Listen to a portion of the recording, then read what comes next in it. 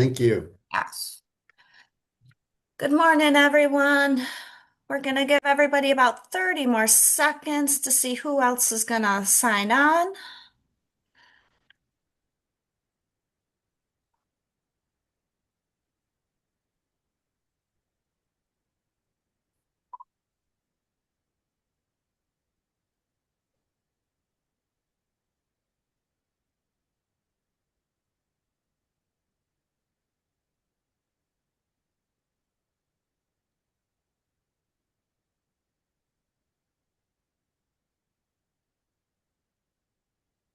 All right, we are at the top of the hour, so we are going to get started. Good morning. My name is Jody Angelo. I am from Cornell Local Roads Program. We have Phil Spiezio on today for our 1 hour webinar on safety. He is the Senior Safety Officer at Washington County, and he has been with the county for 18 years. Once I pass it over to Phil, he'll give you a little bit more intro on his history over at Washington. But for now, what we are going to do is just going to give you a little housekeeping. Chat will be disabled, so you can open up the chat to receive the link for today's handout. If you cannot access the handout, you can email Amanda, and that's all within the chat. If you have any questions, you can put those into the Q&A, and we will be monitoring those throughout this 1 hour webinar. So the first thing we are going to get to are our three quick questions just to figure out who is participating today. So the first question that we are going to get to is I work for. So go ahead and pop in those. So it looks like we have kind of across the board, nobody for the weekend, but we have private, state, city, county, and a lot from the towns. Let me just hit back. All right, the next question. My job is administration, highway commissioner, engineer, field crew, board member, none of the above. If you hit none of the above, if you want to put that into the Q&A, what your job is, feel free to put that into the Q&A. And it looks like it is, we do have a couple of none of the above. I'm going to end this poll. We have some commissioners, a couple engineers, and some field crew.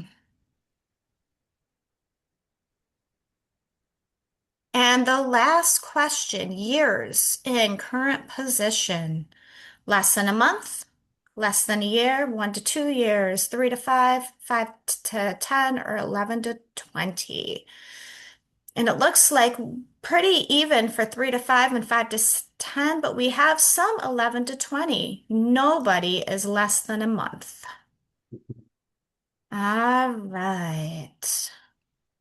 And Phil, I am going to hand it over to you.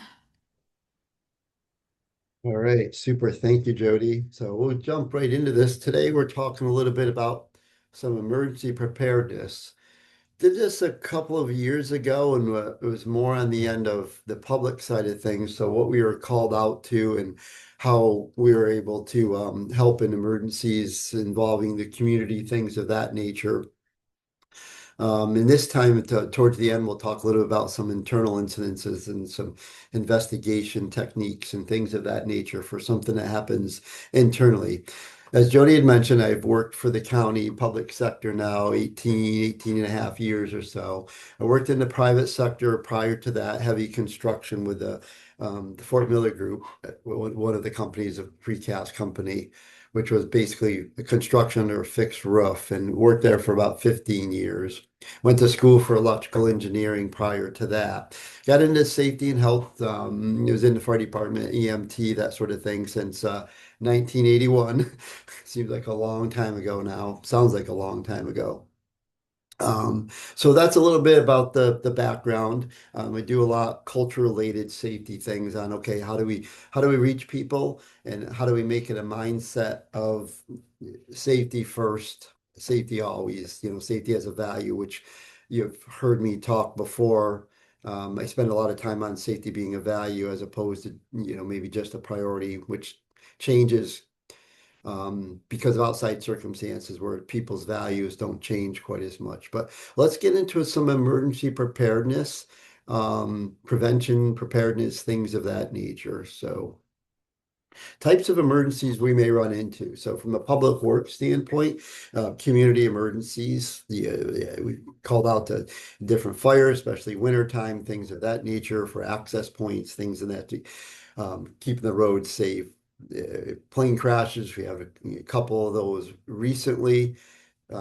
Rescues, searches, things of that nature. That would be the community side of things. Some natural event weather. It sounds like we might be getting some weather in our area this afternoon. So there thunderstorm warnings and things like that in effect. Technological, hazardous materials type thing, dams, failures, power outages, things of that nature. And then acts of terrorism, which we continue to talk about, review, and do some more training on those type of attacks, which we could all have some risk with that. So some serious involved incidents, disaster type things, outside resources, some sort of collaborative, cohesive effort, community effect type thing. So interoperability and things of that nature comes into uh, play when we're talking about these sort of things, and what role would we have or have expectations to be part of in something such as an involved incident, disaster type thing. We talked a little bit a couple of years ago about community and the ICS system, which is the incident command system. It consists of an area of command and an emergency operations center, oftentimes run by your public safety department within your county. There's also a NIMS, it's called the National Incident Management System. It's always a good idea to be familiar with how we would be expected to interact with fire, EMS, police, things of that nature, agencies from the state that might be helping in some sort of a incident that affects the entire community. And really, the efforts here, the total efforts is supporting that interoperability so we can communicate with each other and some sort of unified command. So we would each take responsibility for different sections of the incident and being sure that we're doing whatever we need to do to mitigate the situation safely. There's some core capabilities and critical tasks, which include subparts of planning, operational coordination, some public information stuff, and how do we warn people? How do we continue to communicate with people? And in some parts of the community that would help in different types of disasters would be the individuals. There's many people that could support and have resources that would help in these things. Private sector companies and things sometimes play a big role in an event that affects the community, non-government organizations. And then also the local, state, and federal government would all be of some sort of help when it comes to some sort of community event. Some phases of emergency management. So now we're going to start looking a little bit at ourselves and how we can help in this situation. We're going to focus today on the preparedness side a little bit, but we can't forget prevention. If we prevent something from happening, it can't hurt us. Can't cause any sort of property damage or any sort of social impact if we can prevent the incident from occurring. The hard thing with prevention is you never really know what you prevented, right? Because it didn't happen. So it's really, really hard to measure. Um, that's the kind of the real overview of our prevention. We probably spend a fair amount of time, if not maybe the most time on prevention, but we never know what we prevented. Preparedness, we do a lot. This is where the training comes into play, and this is a training event we were doing for CPR AED, training for our county staff. Then we focus on protection. And this is what we see. This is where we're called in and we need to do some sort of response, some sort of help with mitigation and the recovery. So hopefully this is the least amount as far as time concerns that we spend on. Prevention is the best. We have to be prepared should our prevention measures fail, and then the protection side of things. So that's a little bit of an overview of the different phases of emergency management. We come up with, okay, how do we play our part? And it starts in the home with being prepared in the home and understanding what we need in the event of emergency and having some sort of plan at home, some emergency supply kits and things of that nature. States putting on some different trainings and so are some of the local governments on how you can help your neighbors and don't forget your pets, family members, some people of the community with some functional or medical needs to have an idea ahead of time who those people are and how we can help them in the community. Volunteering for emergency organizations. It's one of the things now difficult. I've been a firefighter since 1981, volunteer, and some of the departments or many of the departments now are really hurting for volunteers. And part of helping would be to volunteer for one of the community organizations to help in some event of an emergency.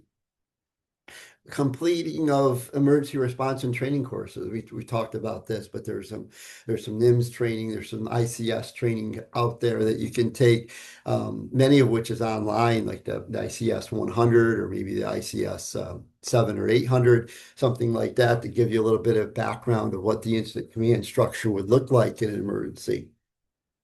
And then some sort of way to communicate, some sort of way of, okay, what's going on, following some guidance, what can we do to help in this situation, things of that nature. So having some sort of means of communication, especially if an incident is happening, is okay, how do we stay abreast to exactly what's going on? All right, so we'll get into this a little bit. That's the overview of, from an emergency management side of things, community side of things. Let's talk a little bit about safety and some things that might lead or might prevent if we keep in our mind of that serious incident that would affect the community. So let's talk a little bit about risk. You have a picture here of somebody taking a fair amount of risk.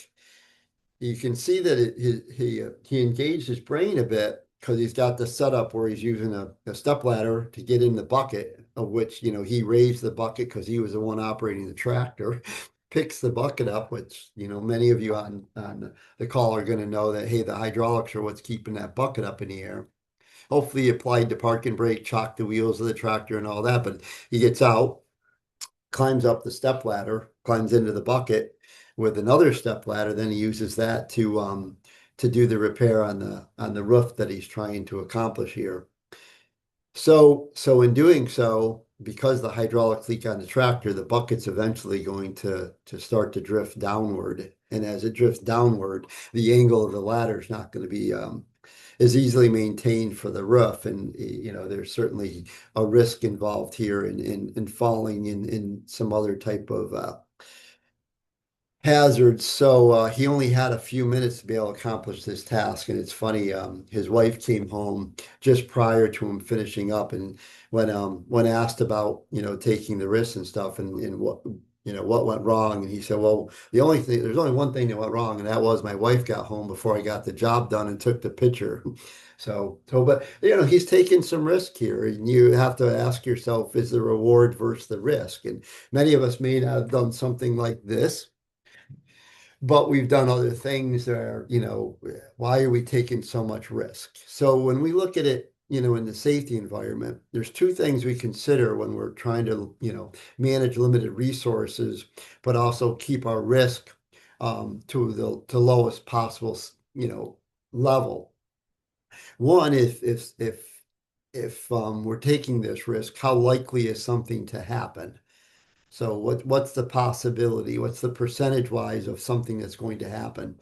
And then two, if something was to happen, how serious would the event be? And those are kind of the guiding lights, if you would, on, okay, where do we put our resources? Where do we spend our time on the prevention side of things, or possibly even the preparedness side of things? So that's a little bit on how to manage risk.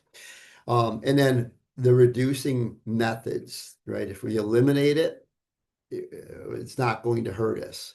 The drones these days are helping a lot with inspections and going into places in which, all right, we don't have to send people in. Whether it's a bridge inspection, a water tank or tower inspection, or maybe a confined space entry type thing, we can use a drone to go in there, take some pictures, some video, maybe get us some information to save us from having to go in. That would be an example of elimination. Prevention would be part of the elimination is, okay, what do we do? How do we prevent these things from happening? What type of program can we put in? And then preparedness. So should the event happen, how well are we prepared to mitigate that situation safely? And along with the protection side of things. So that's a little bit about risk. With a handy picture. Hierarchy hazard control. So once we come up with the risk and we've measured the risk to a certain degree, it's like, okay, how do we minimize the risk? And if we can stay above the slashes, the forward slashes there that are highlighted, eliminate or substitute, makes sense, right? That's the way in which we, get rid of the hazard, if you would, right? We substitute a lesser hazardous chemical or we eliminate it because now we don't have to do that task. The engineering controls come up next. Those controls typically separate the hazard out from us so that we're no longer working with the hazard. So PTO shaft, right? It does one thing. The PTO turns, and that's all it knows what to do. It doesn't develop a relationship with us. We may think we develop a relationship with it, any sort of machine or equipment, but it knows one thing, and that is to spin.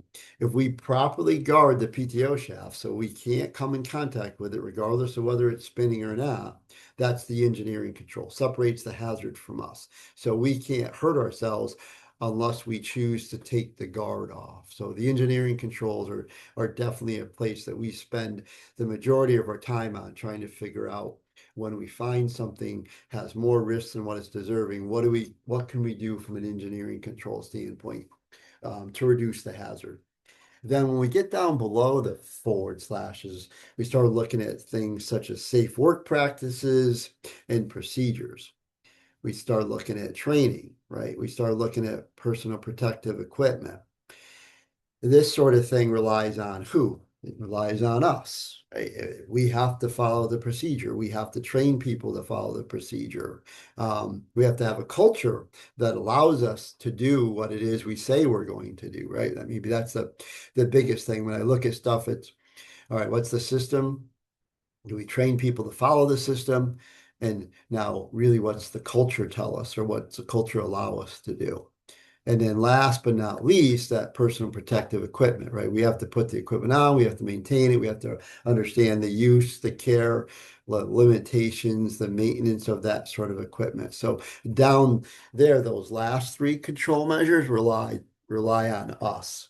Rely on us helping each other to follow the procedure, to remember the training, and to wear the appropriate PPE. So that stood the test of time for a long time. It's many of us in the safety world. This is what we rely on to effectively control hazards when we find them. So an unplanned event that adversely affects work operations or could have, and that's a key there. I'll talk about that a little bit more in a minute here. But an injury, in the workplace, it's a workplace injury. An illness, right? If it's work related, um, that's a workplace illness per se, property damage, and then finally the near miss. I always say that I wish I had a pile of near misses on my desk because that's an opportunity to learn from something so that it doesn't happen again. But an unplanned event that adversely affects work operations, it brings something to mind here is that many of us now are doing more, continue to do more each day with less. So it becomes more and more important to minimize or eliminate these unplanned events. And I worked in the ISO world for a bit years ago as well, and it's a quality template, right? Quality system type thing. And oftentimes, safety and quality go hand in hand. You could actually take out the word safety in a policy or procedure or system, put in the word quality, and you've got the same, you got another template, another system to follow to ensure that we do something right the first time. So when we look at this, what an incident is, we have to realize and we have to take the time when something does happen and it is unplanned. It's like, okay, why did this happen? How did we allow this to occur? And what can we do to prevent it from happening again? It's not about finding out fault, and we'll talk about that a little later in the program, but it is about finding out what happened so that it doesn't happen again, right? That's our efforts and this sort of thing. And when we have a near miss, that's an opportunity. We didn't end up having property damage. We didn't have an injury. We didn't have an illness, but we could have. So that's a wake up call and saying, okay, what are we going to do? Because next time we may not be so lucky. And these near misses are not happening just at work. They're happening at home. They're happening when we're doing our hobbies, where we're volunteering, maybe in the community, things of that nature. So that near miss is important. We have a near miss form here that we use for the different county departments, and we also help with the towns and villages and things. So the important part about the near miss is you want to ensure that it's very simple, very straightforward, and very easy to fill out and get it sent in. You don't want anything difficult when it comes to reporting near misses because you want to hear, you want to understand what it is so that, okay, you can capture the data and then we can put things of control measures in place to make sure that, okay, we're going to solve this before we actually end up having something in which results in an injury and illness or property damage. So that's important to understand that. So you see here in the picture, it's a picture of a hose. This is to a gasoline nozzle from the pump. And you know that the hose is in pretty poor repair. And I came across this and took a picture. Now, now to a certain degree, there was an incident that damaged this hose, right? It either, went beyond its lifespan or, it got damaged in some way. But we were able to catch this before it actually caused even more significant injury or property damage sort of thing. So this is the thing to look for is take a look at your work environment and try to find these things out before they find us. And it occurs, what's our role and responsibilities? And there's many different, divisions or departments, depending on the scale of the incident, that we be utilizing. But the first and foremost is to save lives, right? Oftentimes when an incident occurs, there's not necessarily an immediate danger to life. But when people start responding, I talk about this in EMS and fire world, and also the police quite a lot, is that oftentimes there's not a life safety event until they add us and we're responding in. Now there's a life safety event. So think a little bit about that. When we're called from a public works standpoint to help in some sort of emergency, community related, remember that we're there to help, and we can only help if we make sure that ourselves are safe. So number one is saving lives, both of us responding or helping in those in the community that are affected directly by the incident, protecting property and the environment, and then preserving social, economical, and political structures. So when it comes to an incident, when it occurs, this is what should be in our mind. This is what's guiding us to make our decisions going forward. Is first and foremost, our safety is most important, and then the safety of those that are affected directly by the incident initially are next in line, and then property and environment. So a little bit about plans and preparedness, because that's what the program's about today. Is here's a simple procedure that if you have in this specific case a fire, but you have an event, right? You get out of the area, you stay out, and you never go back in. Some things that I've been called to from an incident standpoint, especially with the fires or a couple of the hazard materials things, is people got out, then they went back in, and then they got themselves into some trouble. So don't, once you're out, get out, stay out, call 911, don't go back in. And then, there's a simple procedure here if you've been trained to utilize a fire extinguisher, and after you've called 911, you go ahead and and attempt to extinguish a fire. Now, when you're doing this sort of thing, make sure when we're talking to people and we're preparing people for the possibility of putting out small incipient type fires, is that you're only doing this as if you're comfortable and that you've called 911 first and you have a way out, that sort of thing. So just be sure. So this is an example of a bit of preparedness for an incident occurring. Some training, this is the training side of it. We use the word pass often when we're doing fire extinguisher training. Pull the pin, aim the nozzle, squeeze the handle, sweep side to side. A couple of points when you're pulling the pin out, don't hold the two levers because you put pressure on the levers and now it's hard to pull the pin out. I always tell people set the fire extinguisher down, hold it by its neck, and then pull the pin out. It'll pop right out. Aim and then squeeze the handle. You can squeeze the handle and then unsqueeze it and squeeze it again. You don't have to dump the whole extinguisher at the same time.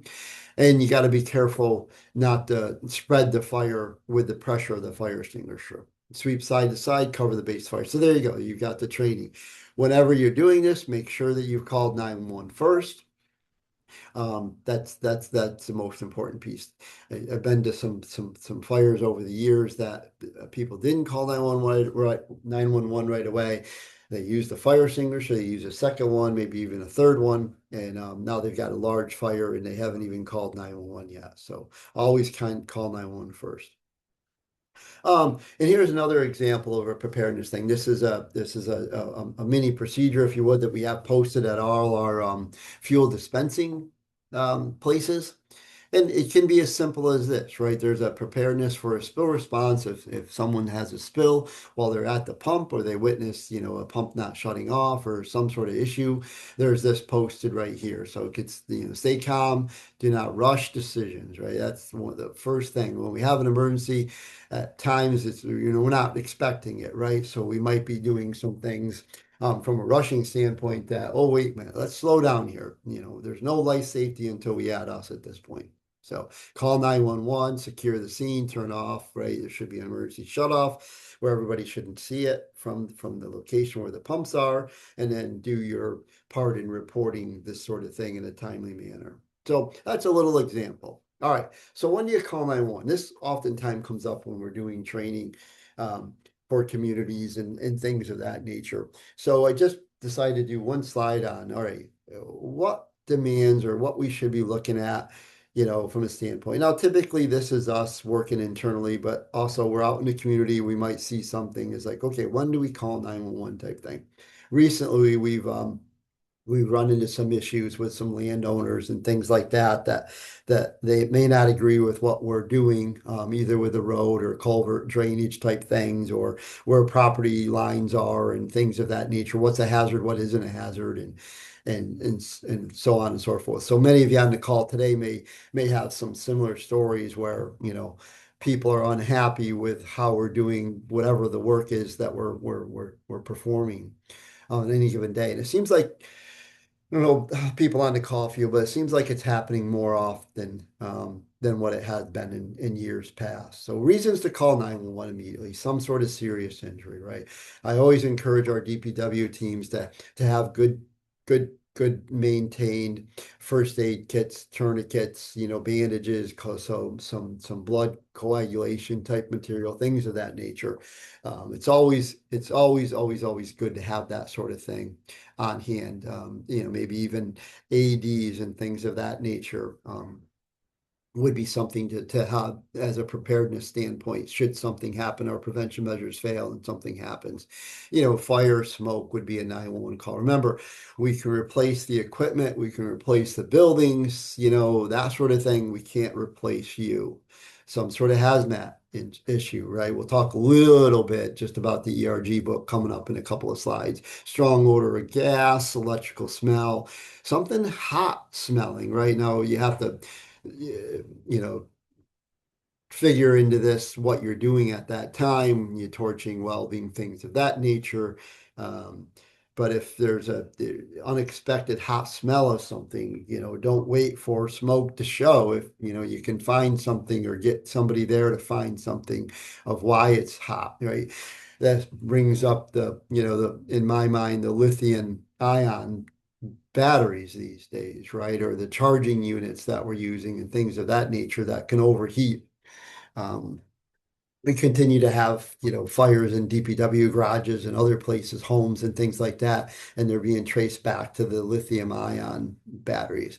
A suspicious person in which you feel unsafe. This pops up once in a while. It's like, at what point when a landowner approaches me and has a discussion and it gets heated and that sort of thing, is that to what degree, right? When do I need to call for resources and utilize the 911 for, maybe a police agency or something such as that?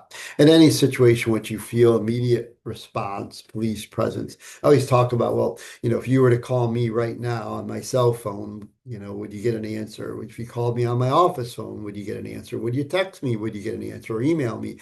And if you need some sort of immediate response, that's just a 911 call. Public safety team will put their action in and they'll get a hold of people that they need, but you're not waiting for help.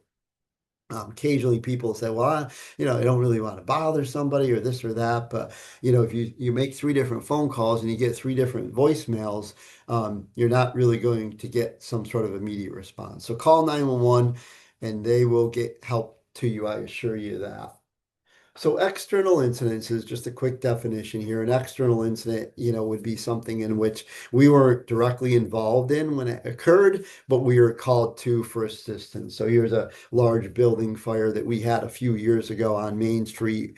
Really cold day, cold, windy day, things like that. And we had our DPWs come in with loaders and some sand and things of that nature. Also, turn on the pumps for the water system. We used quite a bit of water this day, but this is would be an example of an external incident, something we're called to help. Might be a hazmat incident, might be a large scale search where we're searching for somebody. There might be some resources for that, but anything that we might have something to offer to mitigate that situation. So public works teams and the expectations, we'd have some sort of preparedness plan that if we were called to it, we put that into action. Our job is to stay informed and also to communicate with the community, be trained to be able to do what it is we'd be asked to do. So we have facilities and resources, right? We have buildings, we have backup generators and portable pumps and sandbag making equipment, all kinds of different resources, maybe message signs, people. We have people power for sure. Yeah. So we have some things that we might be able to help immediately in some sort of situation here. And then we have to have plans, to a certain degree that for expectations on what we called to, that might be more likely in a community type event. I always mention that 1910 120Q, I think it is, where the DPW folks have to have just a mini hazmat plan to be trained in that awareness level type thing. So that's something to think about when we talk about, okay, how do we make sure that our crews, our teams are prepared? Well, part of it is readiness, wintertime in between snowstorms and things of that nature. This time of year, we're on project sites, we're paving, we're placing culverts, we're doing shoulder work, things of that nature. Ready for storms, right? Wind storms, rain storms, things of that nature. But a big part starts with being ready. And here, here's a picture of some chainsaw stage ready to go. Again, we starts at home a little bit. We have to be prepared at home because, when you're called out to a snowstorm, you're called out to property damage or other things, trees down and things like that. Oftentimes, you've got stuff at home that you have to deal with as well. Public works side of things, and then the community. So it all starts with us as far as getting ready to do whatever it is that the event might call for. Here's some examples of some things that we might be called out to from emergency response standpoint. Trees down, it's often, right, flooding, or infrastructure washed out. Some motor vehicle crashes, sometimes some difficult ones or multi-vehicles or particularly difficult crashes, and you may be called out to, certainly maybe for traffic control or other things. Unsafe road conditions is a common one, building fires or indoor collapses. We had one of those a couple of years ago. Hazardous materials incident to a certain degree, we might anywhere from helping to evacuate an area or to isolate an area or haul in material to contain it, that sort of things. We want to make sure that we're briefed on what those hazards are before we start sending people in. And anything that equipment and or personnel could help with would be a possibility for a call in from response, maybe a large scale search for a missing child or something such as that. So, so what duties are to be performed, right? It's one of the things we need to ask for and understand right away. Often non-routine work, right? There's oftentimes we're in emergency, we're doing work that we are used to doing, but sometimes we're doing the non-routine work that we have to be a little careful of. Make sure that we train people on that. With this would be some sort of briefing from incident command on what the specific hazards are involved, and then a review of what we're using or utilizing for hazard control measures. And in that review, um, would have to include any PPE that's required, which would be the use, care limitations, and maintenance required of any sort of PPE that we're using. With that, with respirators and some other type of equipment, we have to make sure that, we've done everything on the medical side to ensure that people can wear the PPE that's required to be worn for that specific hazard. So it's important. It's always one of the last things we consider PPE, but it's still very important.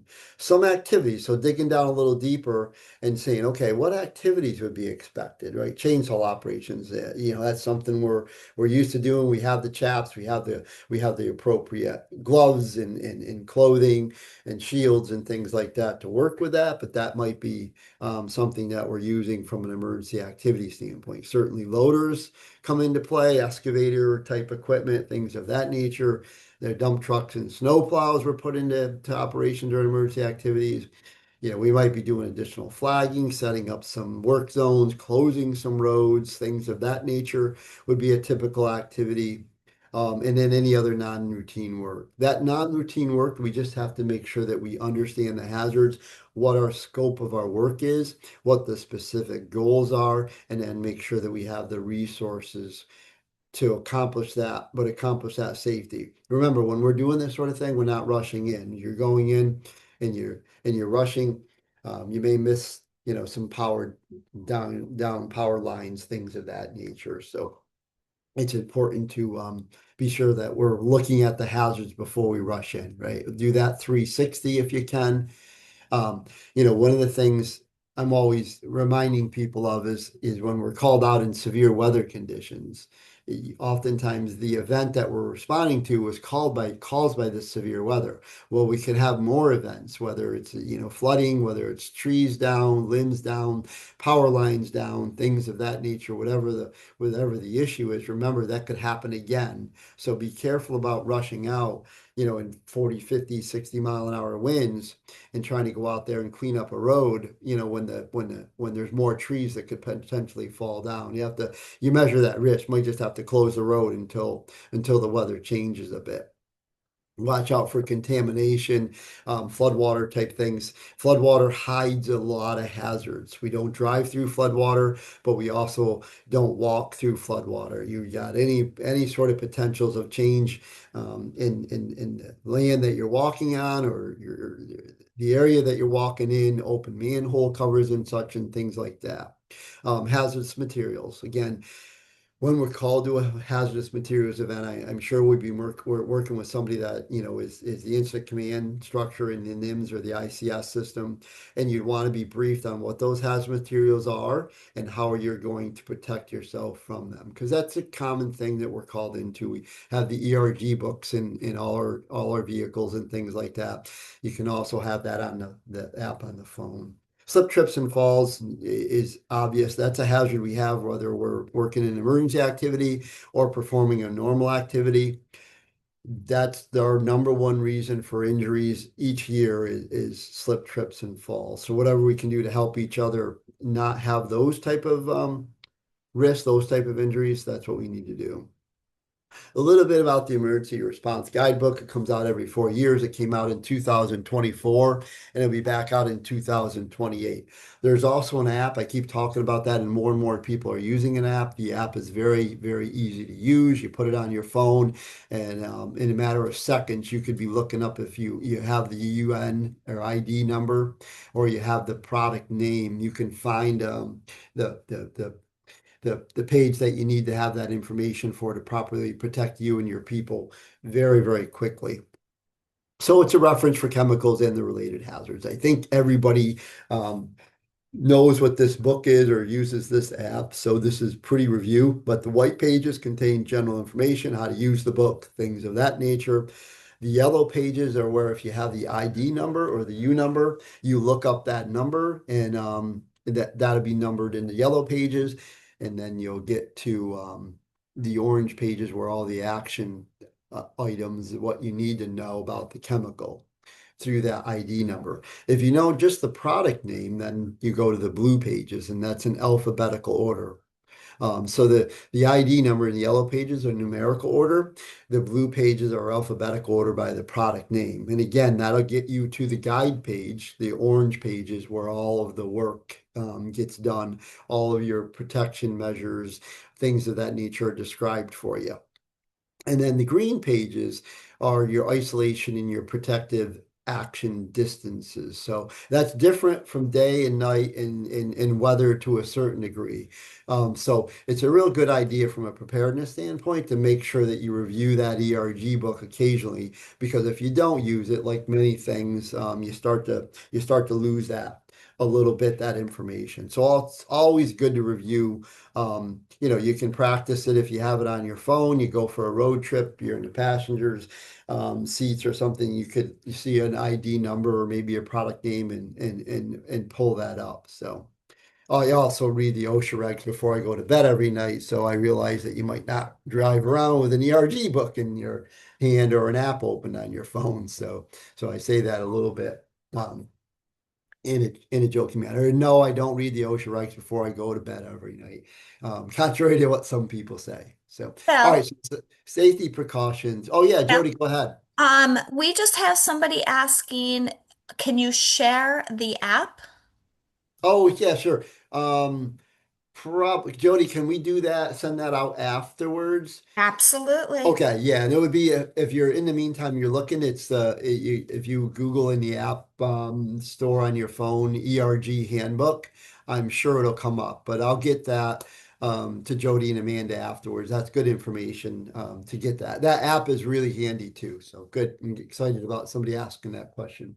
Good deal. More and more we're going to be using our phones. I was talking earlier about how to make safety so that we stay sharp, and it's really almost a sales type position, to myself included, right? I take risk and more risk than what things are deserving too. So it's always a reminder of, okay, how do we stay sharp on safety and how do we keep people's interests? And I know, the toolbox talks and the safety briefs or safety pins, things of that nature are a good way to communicate because it's short, simple, straight to the point, but video and some things like that are another option, or utilizing AI or that sort of thing. You have to be a bit more creative when it comes to getting this information out so people can use it. But all right, so a little awareness level back to the ERG book to wrap that up. Approach a scene cautiously from upwind. You don't want to be downwind of an event, right? Until you understand what the hazards are with the chemical that's out there. Secure the scene, identify the hazard from a safe distance. Assess the situation safely. That means don't rush in, binoculars, things of that nature, utilizing the ERG book or your public safety team by calling them and saying, "Hey, I got this situation. Can you give me some help with it?" They'll be more than happy to help. Continue to safely observe, keep other people out. You might find yourself in a position where you're keeping other people from rushing in. You're keeping people out, doing roadblocks, whatever. If you don't know the dangers, then just stay away. And above all, don't go into the material. Don't walk into it. Don't touch it. Don't inhale it. Don't taste it. All that sort of stuff. Internal incidences, a little bit of time on this is something happened within our team, right? A member of our team. This is a snowplow that lost some traction and ended up rolling over in a ditch. Everybody was okay. He was able to get out, self-rescue, call on the radio and get some help there. But that's an internal incident, right? And it could be an injury, an illness, could be a fire, electrical, chemical, property damage. And remember that all important near miss. Make sure that if you have a near miss, take the time, get the paperwork in, figure out how to prevent it from happening again. That's the perfect time to be able to prevent something that would have possibly caused an injury or an illness, but it didn't, or property damage. So direct causes of incidents, three distinct types. There's the direct, which is basically what happened. I tripped over the lead cord that Phil ran in the walk area. I tripped and fell and hurt myself. An indirect cause, well, maybe the light was blinding me. Maybe I was thinking of something else, either an issue at work or an issue at home or whatever. Environmental conditions, just overall awareness level, right? We're running around, we're trying to do more than I think we ever have before. Oftentimes we're not totally aware of our surroundings like we should be. So those are the direct and indirect cause. The real way to prevent something from happening again, though, is uncovering that root cause. Is how did we allow this to happen? What's the management system or supervisory failure that allowed this to happen? We go back to the lead cord example. I said that, I ran a lead cord in a known walkway and somebody tripped over it and hurt themselves. Well, Phil had been asking for the last 3 months, hey, I need an outlet in the ceiling so I don't have to run the lead cord across the walkway. And management or supervision said, yep, I'll get you that outlet in the ceiling. Well, it never happened. How's Phil going to power up his equipment? He needs to power up his equipment. He only has one option, and that is to plug a lead cord in and run it through the walk area. So that's a real easy example overview of okay, yeah, the direct cause was Phil doing the lead cord. So if we were doing a blaming type thing, we'd stop it right there. If we want to just uncover the direct cause, we stop it right there. Phil ran the lead cord. And the story, put the report together and file it. Well, but if we dig down a little deeper, we'll find out, well, geez, Phil did ask to have the lead cord had the ability to be plugged into the ceiling, then we wouldn't have to run it. So you get the idea is don't stop at the direct cause and indirect causes. Make sure you get to that root cause because that's where you're going to get the work put in so that you can prevent it from happening again. Investigation checklist. I found this helpful, especially early on in the safety environment, as far as, okay, what have an incident occur? We don't have them hopefully very often. Our prevention measures work most of the time. So how do we secure the scene, right? Keeping people out that don't need to be in there, that sort of thing, preserving evidence, maybe to a certain degree with securing the scene, care for the injured, right? That's the first and foremost. Notify management to some degree, right? Some point when it's safe to do so, when you need to let management know, right? Investigate, right? Gather facts, implement short-term solutions. Oftentimes we can't totally, right? We can't totally put everything together that we need for the long-term solution. So we get the short-term solutions in, we make sure people can do it safe. We document the incident, communicate those investigation results, implement the long-term solutions, the supplies, the parts we need come in, we can fix it long-term now. But always, always, always very important, verify corrective actions. Don't attempt to control a hazard and then have not look at it and realize, oh, I just added another hazard. I meant to control it, but in doing so, I made another hazard. Or you go back a week later and we're not doing what we agreed we were going to do because of some sort of issues. So be sure you take the time and verify the corrective actions. So in being in a preparedness type of class with the information, I thought I'd share this incident reporting procedure that we have. So sorry about the slides. I don't like the slides being as wordy as this, but I got three different parts that just show the procedure from a preparedness standpoint.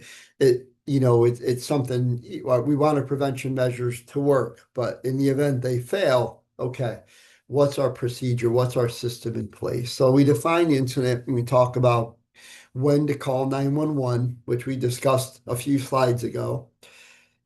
And, it's simple, short, to the point. If an incident occurred in a public area on a public road or involved a member of the public, you're calling 911, right? And there's some obvious reasons for doing that. It's involving somebody else. So let's get the appropriate people there. If the incident calls some sort of other hazardous condition, call 911. We need the outside resources, right, to help mitigate whatever that incident is. And then a little bit about the internal stuff, right? How do we report it? Who do we report it to, right? Let your supervisor know, let the office know. Um, if the incident involves some sort of vehicle, piece of equipment or machinery, right, we got to make sure we get the maintenance people involved. So don't lose sight of those people that are okay going to take a look at whatever equipment is involved and things of that nature. If it's out on our road, don't forget our sign people, right? If we've got any sort of signage that we need, additional and or replacement of signage, right? In our world, we've got the county safety officer. So you report the incident to county safety officer that they're aware and they can start, whatever investigation or help with the mitigating the situation, right? Now your forms, sure that the forms are documented, make them straightforward, right? Make sure if it's an injury, you've got we're a self-insured county, so we have a third-party administrator. Make sure that their forms are into the workers' comp board. If you have some sort of workplace violence type thing, harassment, that make sure that the incident report either covers that or you have one specific for that sort of thing. If it's serious or could have been potentially serious, so this is a little bit of a benchmark, you might want to bring in some sort of an incident investigation team. So it may not be just the supervisor, the person that was involved directly in the incident, and the safety officer. It might be a team. You might be bringing in you know, the superintendent or, a deputy, a general foreman, along with an engineer and maybe somebody from maintenance, so that you're bringing in some people with the background that would really help with, okay, what caused this? What are the direct causes? What are the indirect causes? What are the root causes? And if you bring that team together, you're going to be successful in figuring out, okay, what was the cause of this? And how are we going to prevent something from happening again? So it's not a bad idea to assemble that sort of team for some of the larger scale incidences. Lessons learned. Here's the probably the most important thing out of this is that when you do take the time and uncover the reasons for something happening, is ensure that you share this information not only within your organization but other organizations. So directly work with not only the county, but we also work with the town and villages. So anything that can be learned from an incident, any one of those departments, we kind of try to share that with everybody we can. We don't talk about names or places or specific, other than, hey, this happened. If you have this piece of machinery, this piece of equipment, or you're doing this sort of process, this sort of task, hey, watch out, this could happen, and help them control the hazard before they have something happen. Additional revised agreed control measures will be put into place to control those hazards and eliminate. And remember, don't forget to go back and make sure that those things are effective. And then just don't forget, all employees need to report any incident immediately to the supervisors. If there's one spot that this could go wrong is the lack of reporting incidents. So it's very important that the employees, as well as the frontline leadership, understand that any incident must be reported immediately and then following that procedure. So that's a little bit about preparedness from an internal aspect. So goals, when we established this, I mentioned earlier a little bit about, many of us are doing, or all of us are doing more with less these days, right? We just don't have the people, the resources that we used to have. Certainly here in Washington County, we're struggling with all our departments having enough people to do what it is that we've been typically expected to give service to the public. In the past, it's becoming more and more difficult to do some of the stuff that has been expected in the past.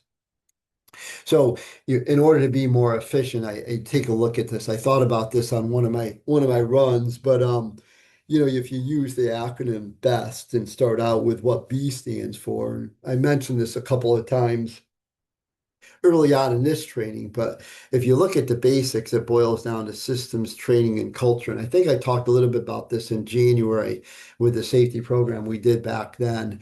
But the first question to ask is what's the system? Whether you're hiring somebody new and you need to train them, whether you're looking at something that didn't quite go as right as what we wanted it to go, whatever it may be, the first thing is, okay, what's our system? What's our process? What's our procedure that we follow? There's a system for everything we do. Um, Maybe we have them documented, maybe we don't, but it's not a bad idea because then we train our new people, right? Which we're training new people. They don't come in necessarily with the experience that we are used to having our new people come in years past. And then the culture, which is probably maybe the most important aspect of it, is do we say what we do we actually do it, right? A little bit about the ISO. Say what you're going to do what you say, and then document what you did. But that systems training and culture, that we should all be looking at that and saying, is it consistent? Do we develop a system? Do we train people on the system? And does our culture truly allow us to follow that? And then the E for efficiency, safety, quality, and productivity. Really, that's what safety boils down, or what efficiency boils down to, is the combination of safety, quality, and productivity. We don't do something to get somebody hurt. We do it right the first time, and we're doing things in which does not are by design help us to be more productive. So safety, what boils down, we complicate safety oftentimes, but it boils down to what do we do? What are those hazards? And what are we doing for control measures by following that risk assignment thing we talked about earlier and that hazard control? And then teamwork, which probably is maybe one of the biggest things on here, is is the building of trust, leadership, and communication within your group. And one of the things I love about my job is I get to work with a lot of different people doing a lot of different things every day, from public health to the sheriffs to corrections to DPW. And one of the things from working with so many different people doing so many different things is you can, within 20 minutes of working with a work team, you can get a feel for what the level of trust is in that environment within that team. And without a doubt, I don't hesitate to say that the level of trust with between teammates has a profound impact on how well they do what they're asked to do. You throw in a little bit of good leadership and a way to communicate to people, and you're on your way to being as efficient as you possibly can be with that team. So to wrap it up, we got a couple slides here left from a safety standpoint. Is safety really boils down to, the longer I do this, and I've been doing this for more years than I wish to disclose at this point in time, but a long time, 30 years probably directly related doing safety functions, 25 to 30 years.